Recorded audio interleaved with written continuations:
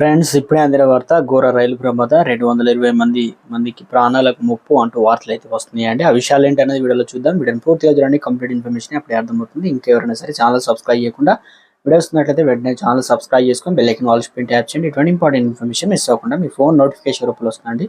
Channel చూస్తున్నారని like చేయడం మర్చిపోతున్నారండి. దయచేసి లైక్ చేయండి. ఇన్ఫర్మేషన్ మరింత మందికి రీచ్ చేసిన వారు అవుతాం. మనం 9 బోగులు పట్టాలు తప్పి పక్కనే ఉన్నటువంటి నదిలో పడిపోయాయి. ఈ ఘటన సుమారు 70 మంది ప్రాణాలకు ప్రమాద సమయంలో ట్రైన్లో మొత్తం 215 మంది ప్రయాణికులు ఉన్నారు. 70 మంది గాయపడగా వారిలో ముగ్గురికి పరిస్థితి విషమంగా ఉందని కొమి రీజియన్ గవర్నర్ వ్లాదిమిర్ బియాస్ సోషల్ మీడియా వేదికగా తెలియజేశారు. ప్రమాద సమయంలో నదిలో నీటి ప్రవాహం తక్కువగా ఉండడంతో పెను ప్రమాదం తప్పిందని ప్రమాద ఘటనకు సంబంధించిన వీడియో ప్రస్తుతం సోషల్ మీడియాలో వైరల్గా మారింది.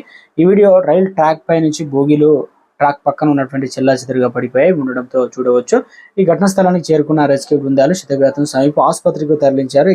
సంఘటన స్థలంలో రైలు మార్గంలో భద్రతా ప్రమాణాలు అధికారులు తనిఖీ చేశారు. ఇటీవల కురిసిన వర్షం దాటికి సంభవించిన వరదల కారణంగా రైలు పట్టాలు కోతలకు గురైనట్లు పోలీసులు మీడియాకు తెలిపారు.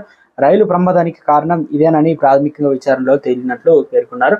ప్రస్తుతం ఈ ప్రమాద ఘటనకు సంబంధించినటువంటి వీడియో అన్నిటిగా వైరల్గా మారింది.